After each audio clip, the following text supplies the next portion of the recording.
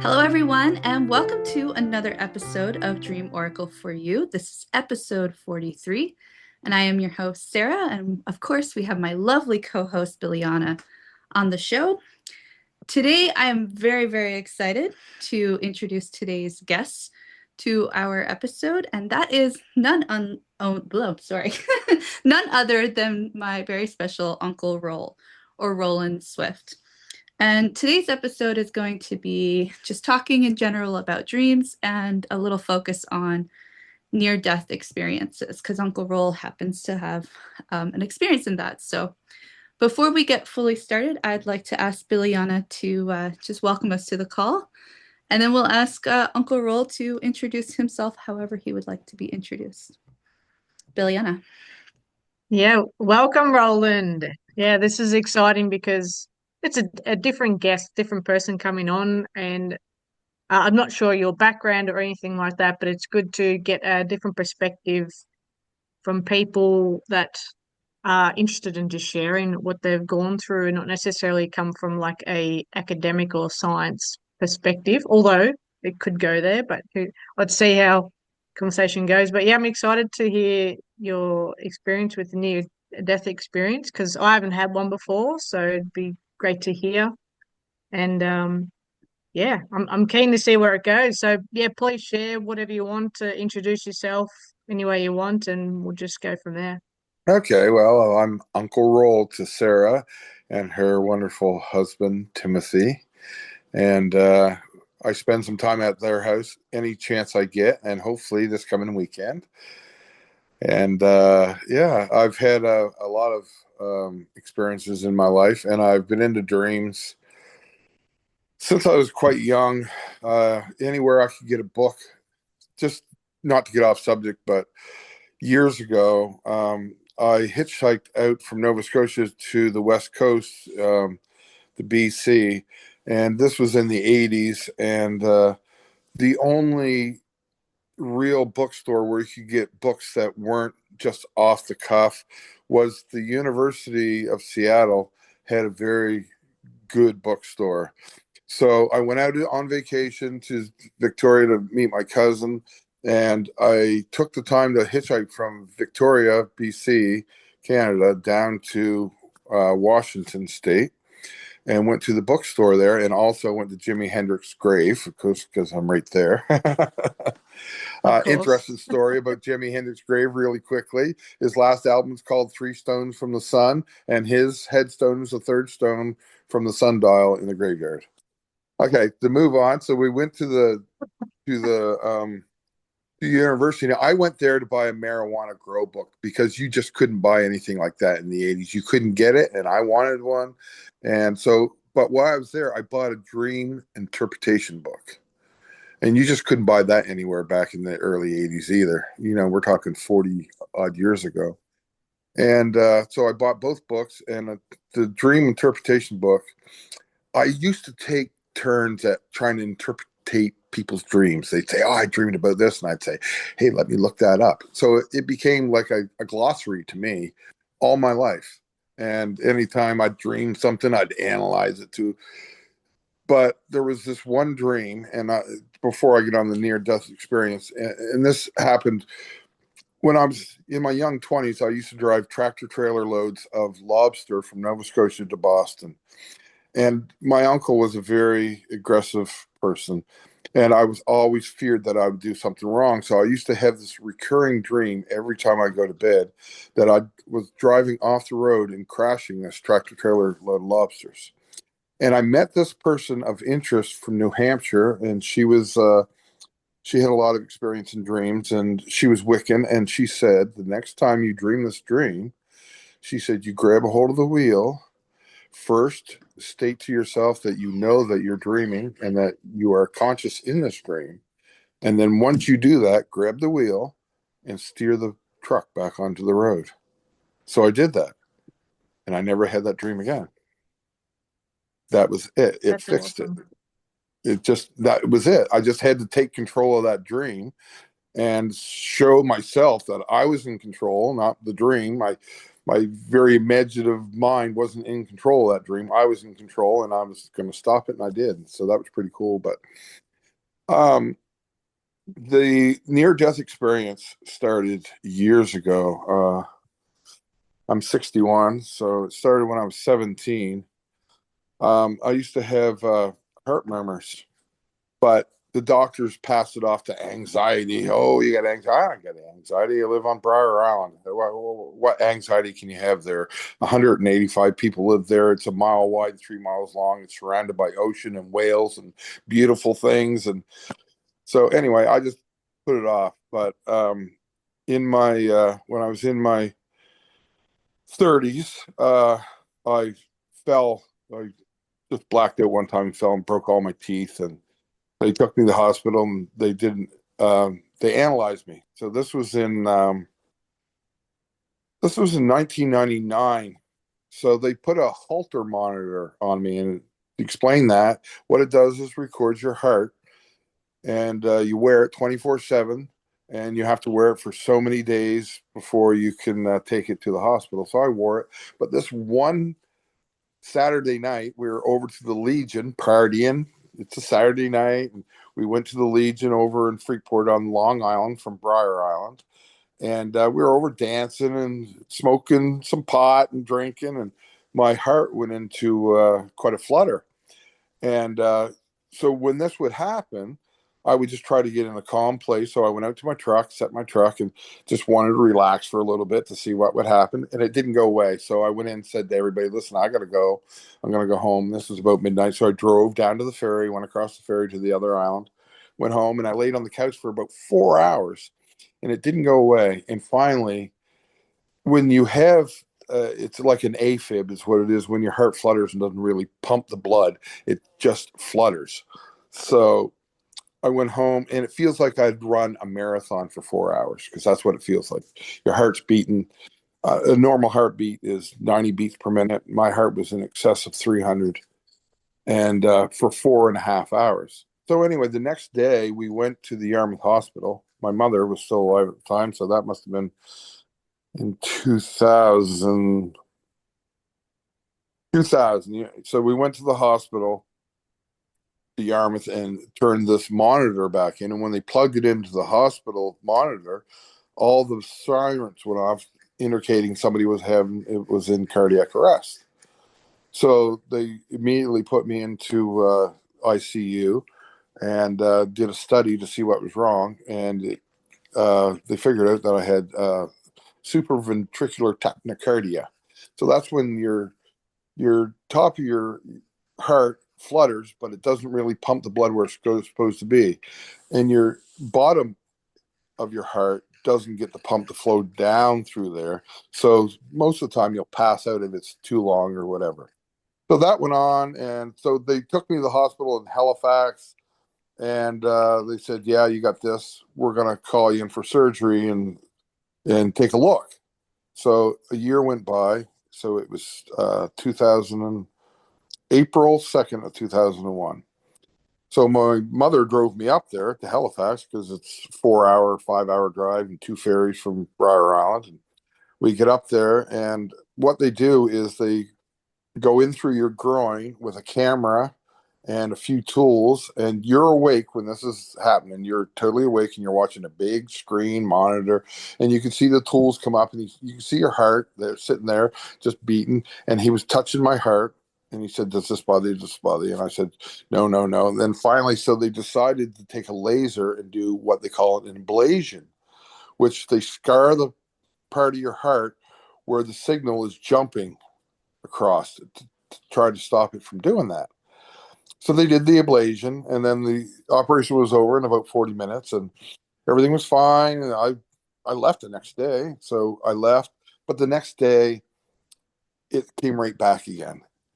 So they said, "Okay, well, we'll get you in and see, but from now on, take this drug called verapamil." And I had to take 100 milligrams a day, slow release drug. So if I go into VTAC, they call it, then it would just slow my heart down, and I'd be fine. I'd go on my merry on way. So that was April 2001. Mom passed away November 23rd, 2001. And on April 1st of 2002, they asked me to come back to the Victoria General because they wanted to do a study on my heart to see why it was doing what it was doing. So I agreed to it, and Mom had passed away 7 or 8 months before that. So a friend of mine drove me up there, and the doctor went through the whole thing. He said, "Look, there's a 2% chance, 2%, that anything could ever happen. We're just going to do a study." And he said everything will be fine. So this was I went in the hospital or into the surgery at 11:15 that day, April Fool's Day. And they set up and they put 172 leads all over my body, and they put pads for to shock me on the front of my chest and on my back. And anyway, so they went into the study, same thing, up through your groin, through your main artery, up to your heart. And he started touching part of my heart. And he said, "Roland, can you feel this?" And I'd say, "Yeah, I can feel that." He said, "Can you feel this?" And he touched another part. And I said, "Yeah, I can feel that." And he said, "Can you feel this?" And he tapped a part of my heart. And the next thing you know, right as soon as he tapped that, I didn't get to answering. I was on Briar Island. It was the most beautiful sunset you ever seen in your entire life. It was such a sunset that I got a feeling of euphoria as I was walking up the road. And this road is called the New Lane, Sarah. You're probably familiar. It goes up past the church. And at the top of the road, it's a T, and there's a graveyard there and another graveyard down. In the graveyard at the top of the hill is where my mother was buried.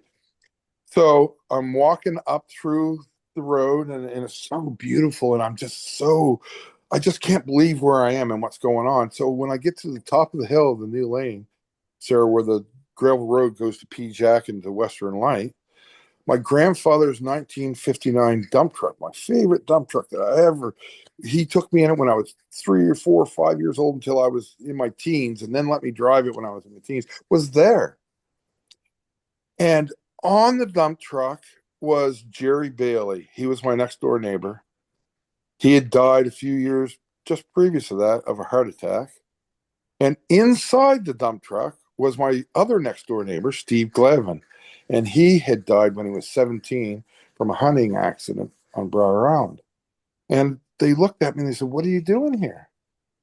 I said, "Steve, I don't know what I'm doing here." And then I looked down the road towards where Mom's graveyard was, and she was walking up the road. And I'm like, "Jesus, that's Mom." And Steve says, "Yeah, it is. It's your mother." So I walked down the road, and I just walked down. And when I got close to Mom, she started waving at me, waving me off. And I'm like, "Jesus, I just want to give her a hug. I miss her so much." So I walked a little closer, and she said, "No." And she just waved me off. Emotional here.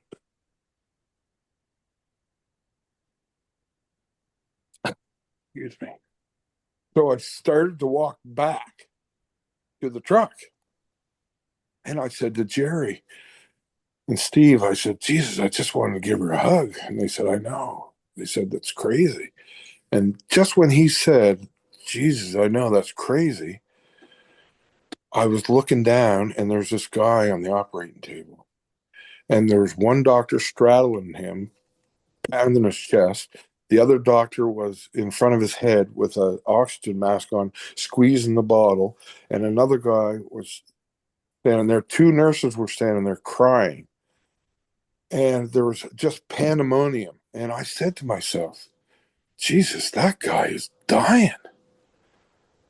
As soon as I said that, I was staring up into the doctor's eyes that was over top of me. And he was crying and hollering, "He's alive. He's alive. He's alive." And I come out of that, and it was quite an emotional thing, but it was the most unreal thing that's ever happened to me in my life. And I've only told maybe a dozen people this story my whole life, because it's a hard story to tell, but it was unbelievable how I was looking down onto myself as I was the spirit above, and my carcass, just my vessel, was just laying there. And I was able to climb back into that vessel and reunite and reset everything, as they would say nowadays. I got a reset. I turned off and turned back on, and I was right back to. And after that, the doctor just said, "You know what? Enough of this. You're going to be on verapamil for the rest of your life. I'm not ever going in there again." It scared him to death. It was just an unreal experience, and how emotional everybody was when, and they lost me at 11:34, and they revived me at 11:58. Wow. Whew. Well, Yeah. thank you, Uncle Roll, for coming on to the show and allowing yourself to be vulnerable and to share this very, very difficult story to share. More than 12 people are going to see it now. That's okay. um, Now, this podcast is about dreams. And one of the reasons why we wanted you to come on here is because, well, first of all, you have a lot of experience to share, but I personally feel, and I want to hear your take, I personally feel that near-death experiences are very closely related, interconnected to dreams, and what we are, what we experience when we're dreaming versus, a near-death experience or even an out-of-body experience, those sorts of things. So if you need a few seconds to collect, that's totally cool. But the first question I would pivot from this is just, what are dreams to you? And then we can go from there. Well, you've got to think about that experience, and you have to think about the things that I said in that experience, and how everything I said was familiar to me. Okay, the truck, my neighbors, the friends, everything was familiar to me. So I don't know if once something happens where, definitely you still have electricity in your body after your heart stops. And what that electricity does, it possibly fabricates a dream that you're comfortable with as you're preparing to die. Whether it's a real true experience, and I really did see Steve and Jerry and my mother there, possibly. But it also is possible that what was left in me electrically decided to fabricate something that was peaceful for me, and that was easy for me to handle as I was about to depart the earth. It's the way I look at it. But who knows? Maybe I did cross over. I'm told only crows can cross over. My mother was a big crow advocate, and they're apparently the only ones that can cross over from spirit to spirit, from side to side. But I just have to think it was too convenient that everything was perfect that time. Everything was perfect. All seeing my mother, seeing Jerry and Steve, and Steve was a very close friend of mine. And when he passed away at 17, it was tragic for me, that's for sure. And and the dump truck of my grandfather's. It didn't have to be that 1959 dump truck. It could have been anything, but it wasn't. It was that. So you got to wonder if your body prepares for you to maybe expire without too much stress. That everything is comfortable for you. You can go if you like, and enjoy it as you go into the mystic. That's what it's kind of what I think. Yeah, that's great. Well, would you say then that you chose to come back in some way? I don't think I chose to come back. I think it was my mother's decision. If you want to know the truth, like her and I were very close.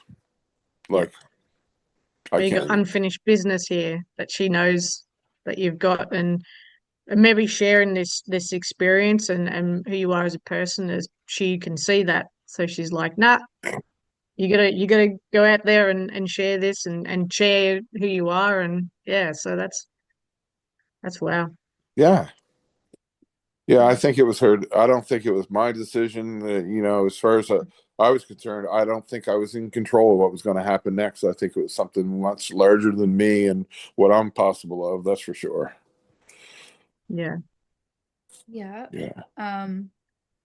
So throughout this podcast, and Biljana and I have been interviewed and talked to quite a variety of people and explored what we think dreams are and whatnot. And one of the things that resonates with me is the idea that dreams are basically extensions of yourself in waking life. It's your consciousness that you're experiencing when you're sleeping, even when you're daydreaming as well. You're kind of like how you were describing, you were looking down at your body, so your spirit, or if you will, your consciousness was outside of your body at that point.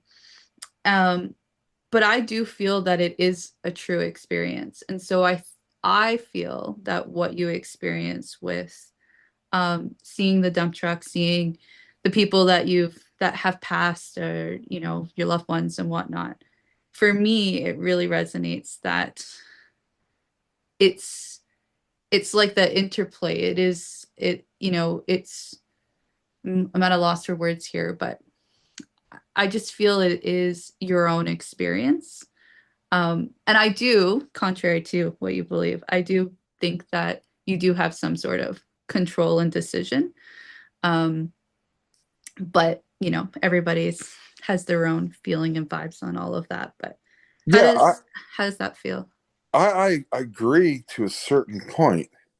Like when I'm dreaming, and dreams to me are like I love to dream. It's one of my favorite things to do, and I like to try to remember. And to the point where I used to have a pen and paper beside my bed, and if I dreamt something really good, I'd wake up and write it down. And here's another experience that I had in 2006. I was working on an invention, and the invention had been tried by two different universities, one by the University of Maine, the other one by the University of PEI. And the task was to invent a machine that would put lobster bands on lobster claws. And I can tell you, I'm the first one to succeed to do that in 20 years with a grade 8 education, compared to two universities that spent 40 years researching it. And I can tell you how I did it. I did it through dreams. And Mm. I can tell you how I did it through dreams. I would be thinking about a solution to a problem before I went to bed, and that's all I would think. I'd consume my whole mind with that. And I would dream thousands of different ways to fix that problem. And when the right one would come up, I would wake up, turn, grab my notepad, and write it down, or even draw a picture of what I saw in my dream that might solve the problem. And in 2007, after 40 years of universities, I was the first one to actually invent the machine and became inventor of the year for Canada for 2007. And that was all through dreams. That wasn't through anything else. It was through dreams. And dreams, I was working harder when I was asleep than I was working when I was awake. And my mind was more clear, and it wasn't convoluted with what was going on through the day. It had its power to do whatever it wanted for me to solve the problems that I had to solve for that whole situation. That's Oh, awesome. Yeah. I've had a friend say that he doesn't quite remember his dream, but he went to sleep and he was a fitter and turner. I think, do you guys call them fitter and turners over in Canada? Like you're Yeah, I making know. parts for machinery. Yeah. And because he was doing his apprenticeship and he didn't know how to do what he needed to do, so he set that intention before he went to sleep and then woke up with the solution.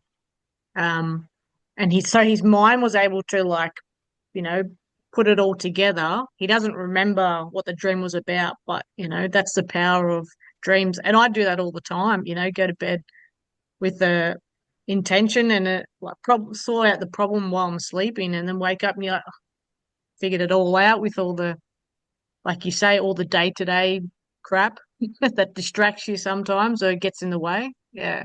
Yeah, I agree on that 100%. The Yeah. subconscious mind is a powerful thing. I mean, let's Yeah. talk about, just briefly, let's talk about highway hypnosis. I drove tractor trailer for years, every state in the United States, Alaska, Mexico, okay? And highway hypnosis is a real thing. And it's a dream, but it's where your subconscious takes over and drives for you while you dream.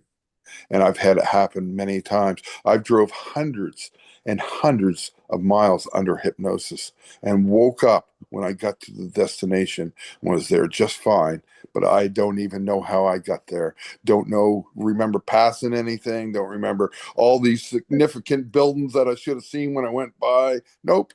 I got to Yeah. my destination and there I was. And that's definitely called highway hypnosis. And it's definitely your mind is so powerful that you can dream and your mind's like, hey, yeah, go ahead, dream, I'll take over driving, you just relax and I'll drive your tractor trailer for you and you have fun dreaming, buddy. And that happened so many times I can't even tell you. So Yeah. you would classify that as like kind of like daydreaming, I guess, because I guess you're It's not exactly daydreaming, but asleep. your eyes are open for sure. Your eyes are open for sure, but your mind is totally disconnected from what's going on. Whatever's going on is being driven by memory. And it would always happen on a familiar stretch of road that I drove thousands of times. And your mind would just say, I got this. Go ahead. You do whatever you're doing, buddy. And you didn't fall asleep. Like I didn't fall over. It's just my mind. I was upright and I wasn't conscious of what was going on. I just knew I was driving. And when I got there, I was like, what? What? How did I get here? Yeah. A lot of people say that's like on autopilot, but I feel like it's something else because same thing with me. Just you're still fully aware, well, your body's fully aware of what you're doing, but your mind is just, your subconscious is so disconnected. But yeah, it it's caught me off guard. Like I thought it was quite scary. Like get to your destination, you're like, what the?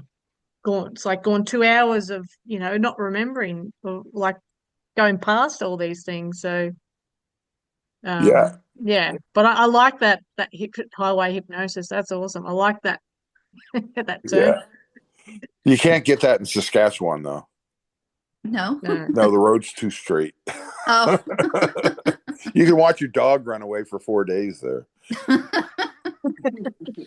um Something like Australia, though, right? Australia's really flat.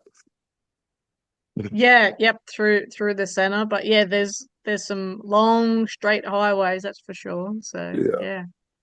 so what kind of experiences would you be having while you're under highway hypnosis? I Do you think you remember just, the dreams or I don't think you remember them as much as you would dream, when you're asleep. But you know one thing for sure: when you got where you were thinking obviously about something way more than what you were doing because you don't remember any of that. So I don't say exclusively I remember, but I was in a dream-like trance. That's for sure. For sometimes like for hours, you know. hmm. Yeah, it's definitely another source of dreaming while you're awake, I guess, or your subconscious taking Yeah. over. And you know, it, subconscious is a strong thing. And again, get back to the near death thing. Maybe you can keep control of your dreams when you're in an alive state. But when your body shuts down, maybe there's something like your subconscious takes over just to sedate you enough so you're not in shock when you're dying or something. I mean, it's just a theory of mine. But I think that maybe you don't have control then. It's like your body's like, okay, listen, I got this. I'm going to take care of Yeah. you. I'm going to take care of you mentally so you're happy when you're on your way out. Hmm. Yeah. It could also, like your highway hypnosis, it's like when you're going to sleep, like our bodies need the rest, but our souls, our conscious doesn't need to rest. Like they're always existing. So it could be a similar sort of experiences. Like you might be having lots going on, and your body just needs a bit of a break to Yeah. process, and that's where you go off somewhere else. Like your essence goes off and does work and experiences, and yeah. So it's the same thing when you're asleep, you know. Yeah. So Absolutely. yeah, yeah. Girls, I got to go tend to my bread. I'm very sorry, but I Yes. really enjoyed this. Thank you so much. No, thank you so much, Uncle Roll, for coming on and again being vulnerable and sharing. And perhaps we'll have you on sometime down the road and we'll hear more of your experiences because I'm sure you have a whole lot more I to do. to share. And I also have some questions about your recurring and lucid dreams for next time. So Yeah. And Yeah. I will see you Saturday. you for yeah, no, you should. Should be back by then. So yeah, absolutely. I look forward Perfect. to seeing you. Okay. It's nice Okay. to see you both. Thank you so much. I really Awesome. enjoyed that. Lovely to meet you. Okay. Awesome. Thank you, Bye Uncle now. Roll. Bye.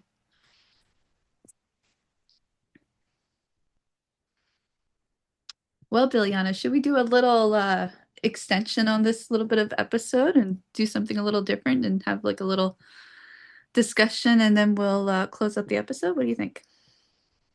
Yeah. Yeah. Okay. Let's process what he just, because it was just like boom I straight in, and know. I just felt all of it straight away. And normally I'm quite distracted with things going on, but like straight away he just drew me in. And that's where like I find these conversations, even just talking with you, that they're like real, like that people have felt them. They haven't read about them or watched a movie or something like that. It's they've really felt it, and that's when you can connect with it so much better. Yeah, so it's yeah, I love these conversations. So yeah, what are your thoughts on, or what was coming through for you with that conversation? Yeah. Well, like you said, we got to process this. So we'll this is like I said, this is a new way that we're doing this episode because of the uniqueness and the timing and everything. But I think it's be great for us to continue.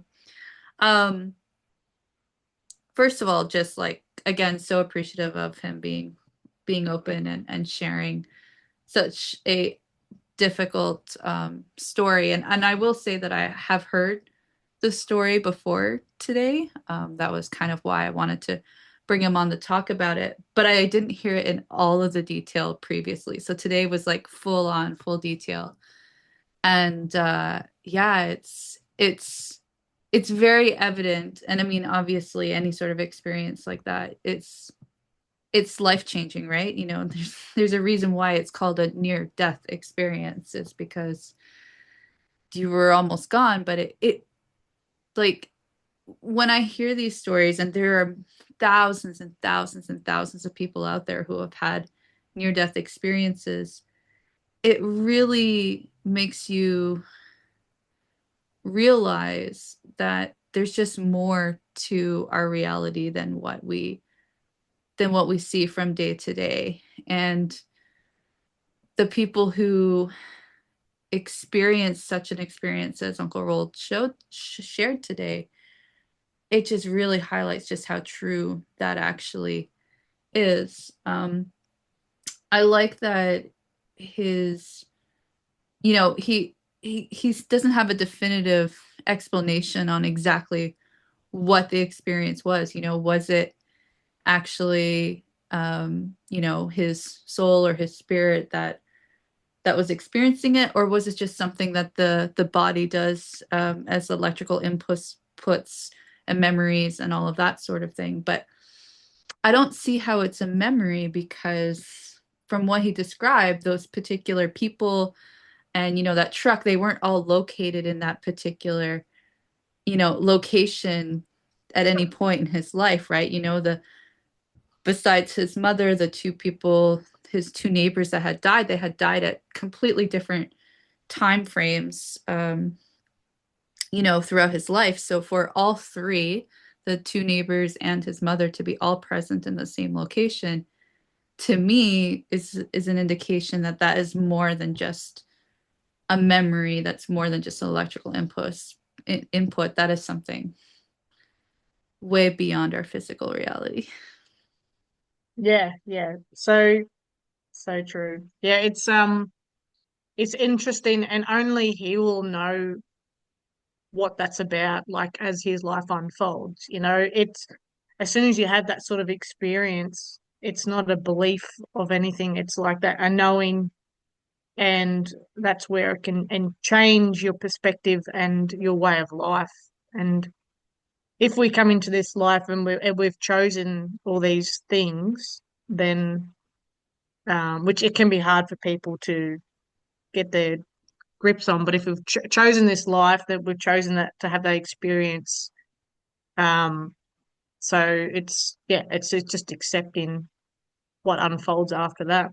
So, but yeah, no, yeah, I don't know what to say. It's kind of yeah, it was good. It was good because I haven't heard it like firsthand, near death experience. You've talked about out of body experiences, but yeah, when you're feeling their emotion, like definitely, it's definitely real. It's definitely happened. Like, even we say with our dreams, when you dream about someone, like they're either visiting you or you're visiting them. Like it's actually happening. And that can be hard to understand, but we're all energy. And even he was talking about, we're still got electricity flowing through us even when our heart stops. And so he's already on the track of like thinking like that. There's so much more to us than just our bodies and yeah, our minds. Yeah, and then he spoke about like the power of the subconscious mind, and even just the story of the highway hypnosis, which I actually had not heard of before. I knew that he drove trucks before and driven all over North America, but I had never heard that term before, or even that that's an experience. And it's it's I don't even know what to say with that. It's just it really just highlights how powerful we are. You can drive thousands of miles without really being consciously actively doing it. Like it's just like muscle memory and your body is kind of taking over, which is something I wanted to have brought up, but we ran out of time with Uncle Roll here. Is I do believe your body is conscious as well. Like everything is energy, everything is conscious. I do believe that. And so your body is conscious. So in that moment, it's just like the body's like, okay, I got this. I know what to do. And like he said, you go have fun, buddy. Because I mean, as a truck driver, I can only imagine, but your long hours, you're likely by yourself. Maybe sometimes you have music to play or something like that. But, you know, it's kind of like when we go to sleep for 8 hours or however long somebody sleeps at night. And the consciousness or your soul doesn't stay with your body while your body is resting. Your consciousness, your soul is like off doing other experiences, other timelines, or different parallel realities, different aspects of our soul or fragments wherever they are, in other dimensions. Who knows where they are?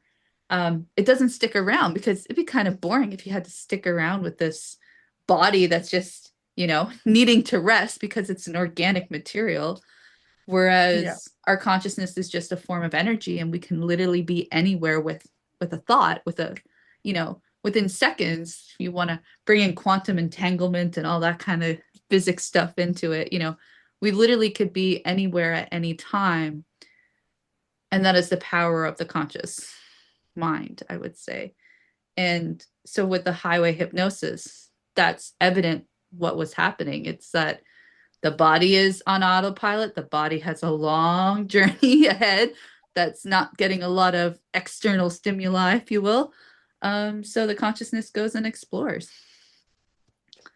yeah, it's an interesting experience. Like I don't know if you've had it before, but driving for like an hour and you just start like your mind just wanders a little bit.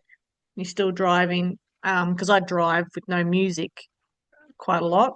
'Cause it's just it's nice to just not have things to be going on. It's just allowing the process to unfold in your mind.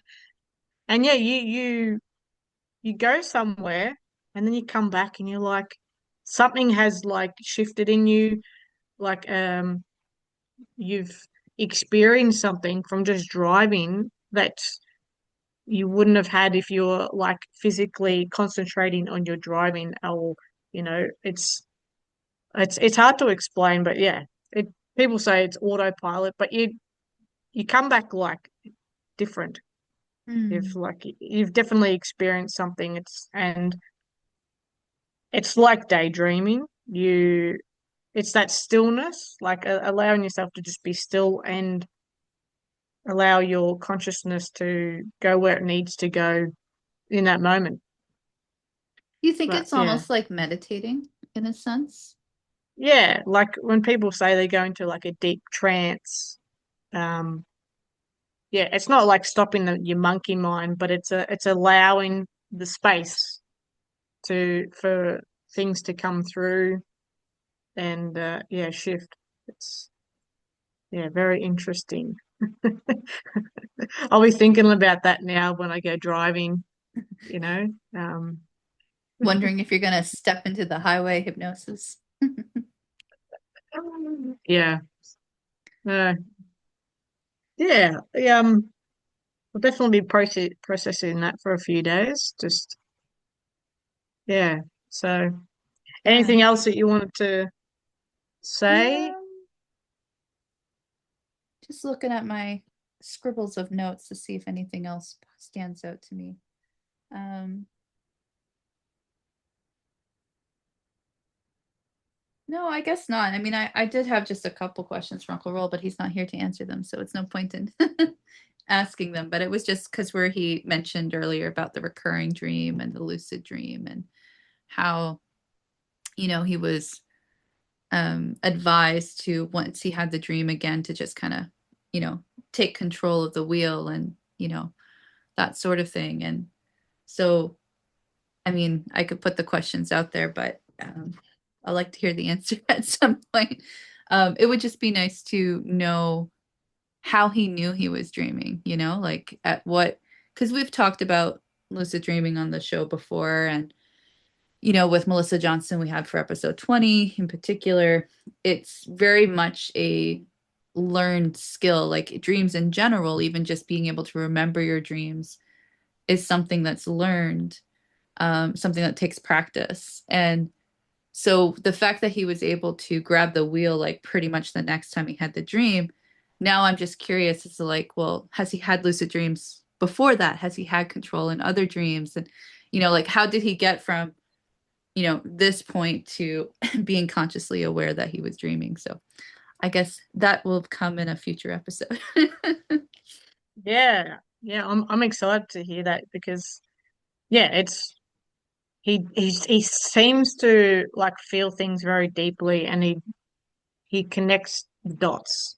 Oh He yeah. seems like that kind of person that yeah, he's doesn't take things lightly, or like when he experiences them, like it's yeah, that's good, and you can relate to those sort of people that can really connect with themselves. So I'm excited for yeah, our next chat, whenever that will be. Who knows? And Yeah. yeah, and I just want to hear more about Uncle Roll's experiences in general with dreams, because it seems that he's been into dreams for a long time, even so much so that he would use his dream interpretation book for helping other people decode their dreams. And I have questions about that as well. So anyway, this is all speculation about a future episode that isn't here. Yeah. Do you have any final words for our audience today? Like, and is there like a message we can wrap up to sum up today's episode? I suppose if there's any people listening, if they'd love to come on and share these experiences, because, as you can see, like us just listening to that, it's shifted something in me. I know that. And yeah, if anyone's interested, come on, have a chat, get in touch. It'd be great to yeah, if you want to talk about whatever, if or if you're someone that's trying to help people. We have had guests on, talking about what they do, whether it's healing or, we've had Holly about doing art therapy and that sort of thing. Yeah, that's all I have to Anything, say. Yeah. because dreams are an extension of your waking life, then basically all aspects, all people, all walks of life are welcomed on this podcast, and we definitely want to foster such a community where we can share these experiences and learn from them and reflect on them and all that kind of stuff as we go on this journey called supposedly life, but I think it's a little bit more than that, right? Yes. Yeah. Definitely. Okay. Well, thank you, Biljana, for being here today. And thank you to Uncle Roll again, even though he's offline at the moment. But I was so appreciative for him to agree to come on for today's episode. Thank you to all of our listeners. This podcast does not happen without you. We are so excited for all of our followers and everyone who's supporting us so far. And Dream Oracle for you, we're just getting started. There's so much more to come. In future episodes, future seasons, just in general from the amazing Biljana and Sarah. We do have our dream course for the new year will be starting, I believe, in March. You can check out details on our website to stay informed and to sign up. Again, if you'd like to be a guest, you can do that through our website as well. Follow us through the various social channels. We're on pretty much all of them. I'm not going to list them all off. You can find the details in the show notes. And as always, everyone, just please keep on dreaming.